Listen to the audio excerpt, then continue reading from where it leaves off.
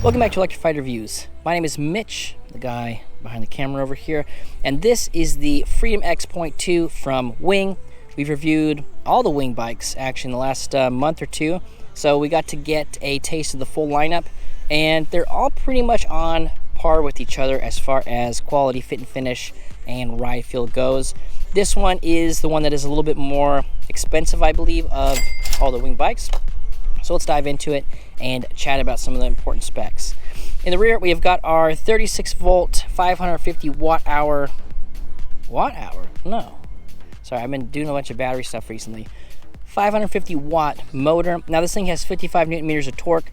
Not extremely torquey. This is definitely a nice, chill kind of city cruiser, and that's what it was designed for. Up in the front, we've got our lockable, removable battery. We'll get to that in just a minute. We have got our integrated stem display here, which is probably one of the sleeker features, minus the integrated front and rear light. So similar to all of them, they are integrated into the top tube. So you got the rear light, front one's in the front, rear one's in the rear, in case you're wondering which one was which. Comes with a full set of fenders here. Now these ones are a little bit smaller, kind of, you know, they're I don't want to say flimsy, but they have some give to it. But they cover the tire nicely, and I haven't had any issues, you know, spraying stuff up on the bike. You know, obviously this looks clean, so no issues there. We have mechanical brakes here. Now, when we're talking about pros and cons and things like that, mechanical brakes generally are a con in our opinion. And these ones here, they work fine, but they don't have the, you know, the stopping power that hydraulic brakes would. So just as a caveat to the brake section, they work well, but if they were hydraulic brakes, that would probably be a little bit better. The grips we have here both have locking mechanisms here. Nice rubber ergonomic grip. I really like these grips actually. So these grips are, yeah, they're just nice ergonomic grips. 2 locking points, so double safety points there. Let's go ahead and turn the bike on so we can see that display. Check on the GoPro, see if we can see that on the screen here. Yeah, you can see that pretty good. So it's going to tell us our speed in miles per hour. We've got the pedal assist on. It's going to show us our total battery right here, and then it's going to be our level of pedal assist, which we can change over here. So it's down to 0, go up to 1, 2, 3, 4, 5, all the way up to 5. 5 is going to be our top speed there. If we hit that menu button, we can cycle through. We got trip, wattage, odometer. We'll keep it on wattage so we can see what we're pulling, which is a nice feature if you're somebody who likes to know, you know, how efficient everything is acting. You can check out how many watts it's pulling, which is cool here.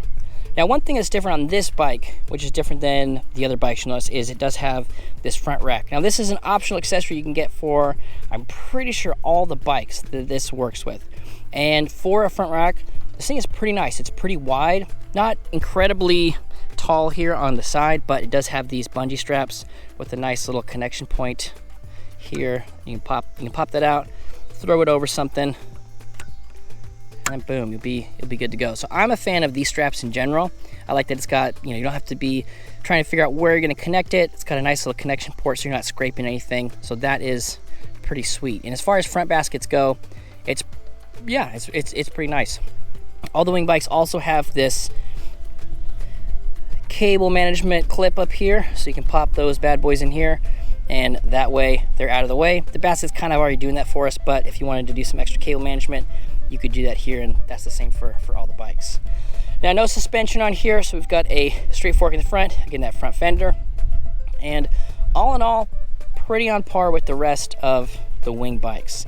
They have some optional bottle cage bosses here if you want to put a lock or a bottle, something like that. You could do that. And like I mentioned, it does have a removable battery. So let's go ahead and remove this. I guess before we do that while the bike's on, we do have a key fob. A key fob? Yeah, a key fob. Let's go ahead and lock the bike. Oh, let's go ahead and turn the alarm on and unlock the bike. Oh. Yeah, that's a lot of fun. So a nice little deterrent, having the key fob on here. And then if we turn the bike off and we lock it, go ahead and try to, whoa. And then it's gonna do that until we hit the unlock button. So that is pretty cool. It's also got this button right here, which is gonna be our lights. So we got our, oh no, that's our horn. Sorry, I was on another bike earlier today. It's hot outside, guys. So this is our horn right here. We're gonna press and hold the top button here. That's gonna turn our lights. So we see our rear light on. And we don't have any braking integration, so I'm pulling on the brakes over here.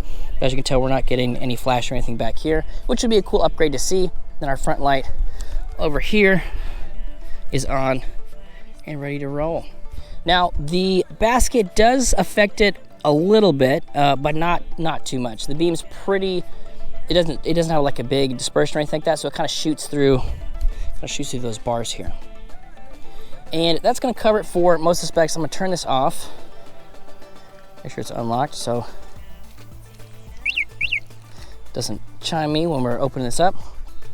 We've got a quick read right here, so if we wanna see how much battery juice is in there, blue is good. And we unlock it from this side. I don't know why I got on that side. Go ahead and hit the unlock button here. Pop this bad boy out. So this is a nice, fairly light battery. This is the 8 amp hour version. So they do offer a couple of different versions available, so you can get some more range out of it. I think 8 amp hours is one of the lower ones, if not the lowest one. And it just goes right back in there. Boom. And gives you a nice little chime letting you know that it is on, ready to roll. You don't have to have the keys. It's automatically gonna lock it, which is nice. Our charge port's right here on the side. You can plug in your charger. Cool upgraded charger. It's not just a regular sort of like DC straight plug that we see in a lot of things. It's got a nice little trifecta going on there. Put this back in there. So very, very sleek design. Very easy to pop in and out, but it's very secure. So it doesn't rattle at all, which is nice. We've seen it on a couple of bikes recently where the battery will rattle around, and personally that's kind of obnoxious. Let's go ahead and I'm gonna put the keys back over here. Let's turn it on. Let's go for a ride. So, beautiful. Go ahead and turn it on. It's not super dark, but I'm gonna go ahead and turn the lights on anyway, just for fun. Make sure we got a nice visual here as far as the bike ride goes. Just a smidge. That looks pretty good. We'll start off in pedalless one and get to the trail. The path, rather.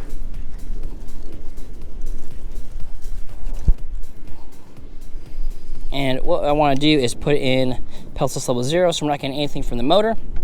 Let's go ahead and see how she handles. Now, one thing that I noticed right off the bat is the rear derailleur could use a little bit of adjustment, skipping between that 1 and 2 gear, 2 and 3. Once we get into 3, still kind of skipping a little bit. 4, skipping a little bit. 5 is pretty good. So just something we could get back into the derailleur and adjust a couple settings. But honestly, I'm just running this as a bike right now. We're going, 13 miles per hour in 5th gear. This is a very pleasant bike riding experience. And most e-bikes, it's not the case. Some of them's like, well, if you had to, you could do it. But this one, it actually works really well as a traditional bike. 6, 7, we're just cruising. Actually, 5 is probably, yeah, that's my favorite. So cruising, right about 14 miles per hour. Very nice upright ride. And yeah, that is pretty nice. But it's an electric bike, so let's go ahead and turn on pedal assist level 1. A little bit from the motor here. Let's go to 2.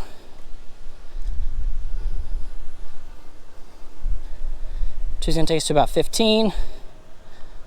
Let's see where 3 is gonna take us. Going 7th here.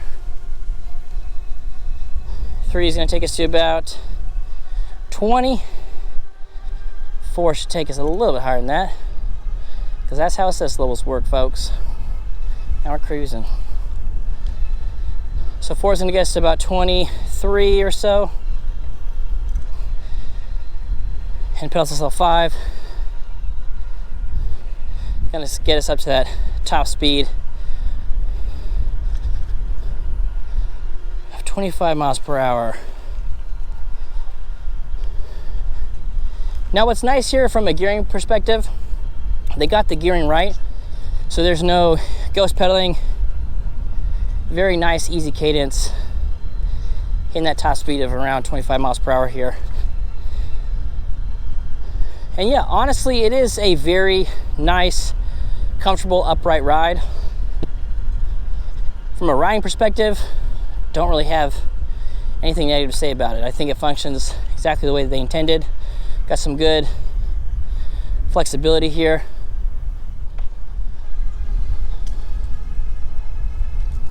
Go ahead and hit this incline.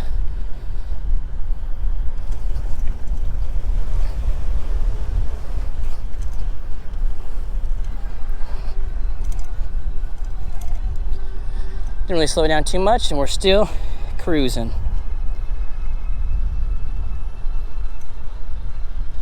Now we get up here on the straightaway, let's do a braking test. So we're going top speed, and again, you know, having hydraulic brakes would probably help us stop a little bit quicker, but I'm going to do it right here at this sign. So that was me mashing the brakes, and that's, I don't know, 25, 30 feet or so. Now we could probably tune these up a little bit and get a slightly better stopping time, but having hydraulic brakes is really the way to go if you're on a bike that's going, you know, above 18, 20 miles per hour. As far as no-handed, pretty nice to ride no-handed. Not too shabby. Getting a little bit of rattle with the handlebars, you can see that, because a lot of the weight is in the back. But yeah, really not too shabby. I probably could have done a little bit longer. But at the end of the day, I'm tired. My reflexes aren't what they should be. And we were just cruising.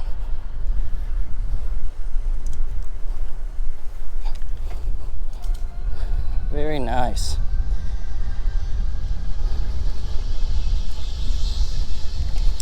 Now, motor noise, you do hear the motor whirring a little bit. Not sure if that's coming across in the video or not. Might just be the pitch. The pitch seems a little bit, maybe it's higher than normal, so I'm just noticing it a little bit more, but not incredibly loud. And those tires are pretty much silent rolling on this blacktop here. So because of that, it probably makes the motor noise seem a little bit louder as well. And yeah, what a pleasant riding experience. That's kind of been my experience on all the wing bikes, is they have a cool certain style about them, but once you get on them and you're riding them and you're judging them kind of as a bike, they do have a very nice riding experience. At the end of the day, if this is a bike that you're going to get, you know, you'd want to be able to hop on and have a nice riding experience. So the fact that we've got, you know, the customization as far as being able to put our front basket on there, we also can throw a throttle on there. Now we haven't installed the throttles on any of the wing bikes because we're lazy and we couldn't be bothered, but they do come with throttles as an option.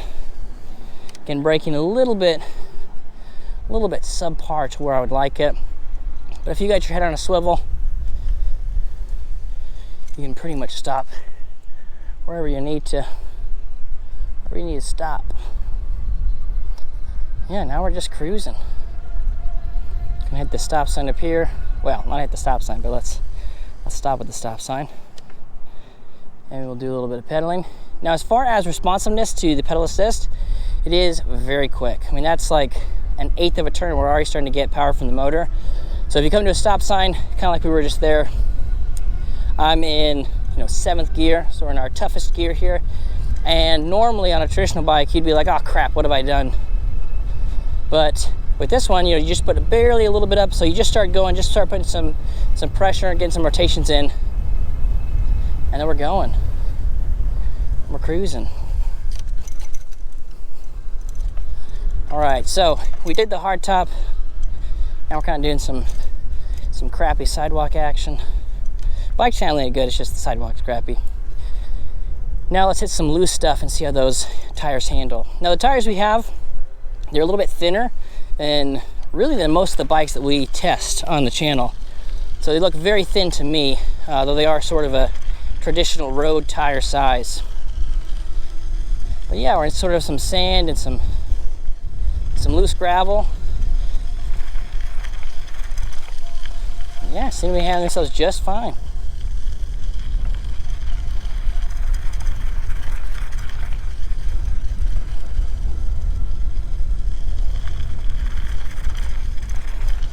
Yeah, no issues whatsoever. I'm kind of not talking so I can pay attention to it, because like this is very, very loose stuff, and I'm just cruising on through it. So that's interesting. That is something I didn't quite expect. I expected to get a little squirrely through those sections, and we didn't, which is nice. I'm sure we could skid it if we wanted to. Okay, we can't skid if we want to. But look at that. It's like literally, it's like as soon as you start moving, you start to get some responsiveness. And then when we stop pedaling, it's pretty quick to cut off the motor as well. Now the brakes do have motor cutoff inhibitors on them. Or I guess it's just the back one. So if I hit the front one, the motor's still going with the front one, but the back one does have the motor cutoff inhibitors. So as soon as I pull it back just a little bit, it's gonna send that signal letting the motor know that, hey, I'm trying to brake, we don't need you to do any work here. And yeah, like I said, guys, a very, very pleasant riding experience. Got a cool sunset happening over here.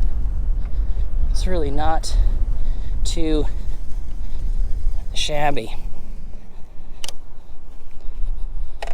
I'm also a fan of the kickstands. Now, normally I don't necessarily like it when the kickstands are so close to the pedals, because if you know what I'm talking about, you know that, if we're trying to back the bike up, the pedal will go like this, and it'll get caught right there, and you can't back it up anymore, and you gotta lift the back tire. So that's something that's not great. It's just sort of one of the the downsides of having your kickstand right here.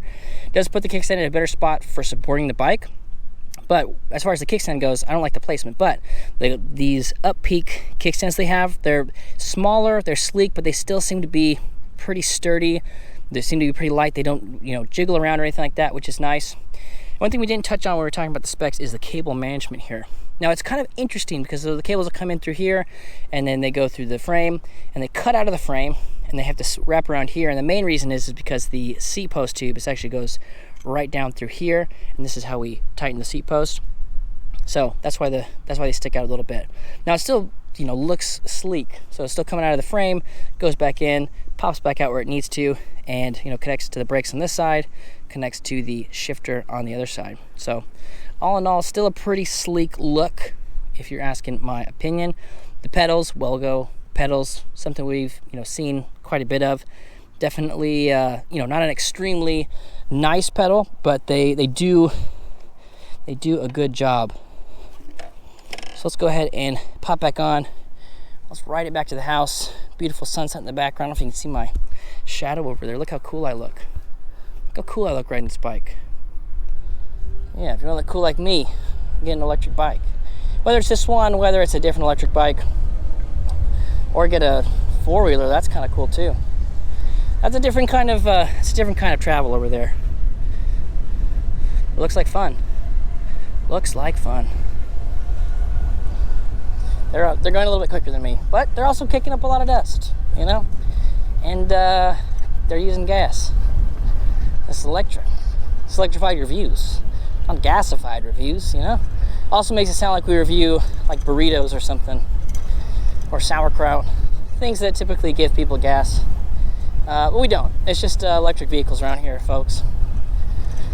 So guys, I think that's going to do it for our review.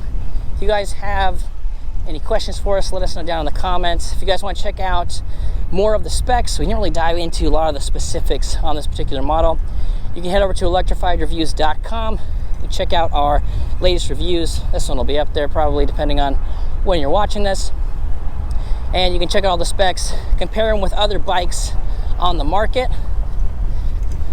find the perfect e-bike for you. That's what we do around here, guys. We test them so you don't have to. Although I recommend you do test them anyway. So maybe we just test them for fun because we enjoy riding around on bikes. You should go test it if you're going to buy it. So I tell everybody, get to a local shop, give it a test ride, because when I've talked to local shop owners, one of the things that they say is, somebody comes in for this certain bike and they're like, I want this bike. And they test ride, they're like, yep, I love it. And I say, well, hey, why don't you try this bike? It's a style they never considered. It's from a brand they never considered. And at the end of the day, they go, oh, interesting. Actually, I like that one a lot more. So there's lots of options as far as that goes. Oh. Oh. Then we can just cruise.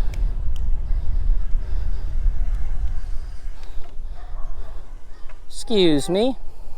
You cracked me up. I don't think she heard me. On your left. Oh, thank you. And guys, with all of the niceties and formalities and stuff out of the way, let me leave you with this thought. Treat others the way you want to be treated, okay? If you got this far in the review, you're probably somebody who that'll resonate with. If you never heard of it before, well, I'm surprised, but also, yeah, why don't you just treat other people the way you want to be treated? That's it. That's my diatribe for today, guys. Thanks for joining me for this review, and we'll catch you on the next one.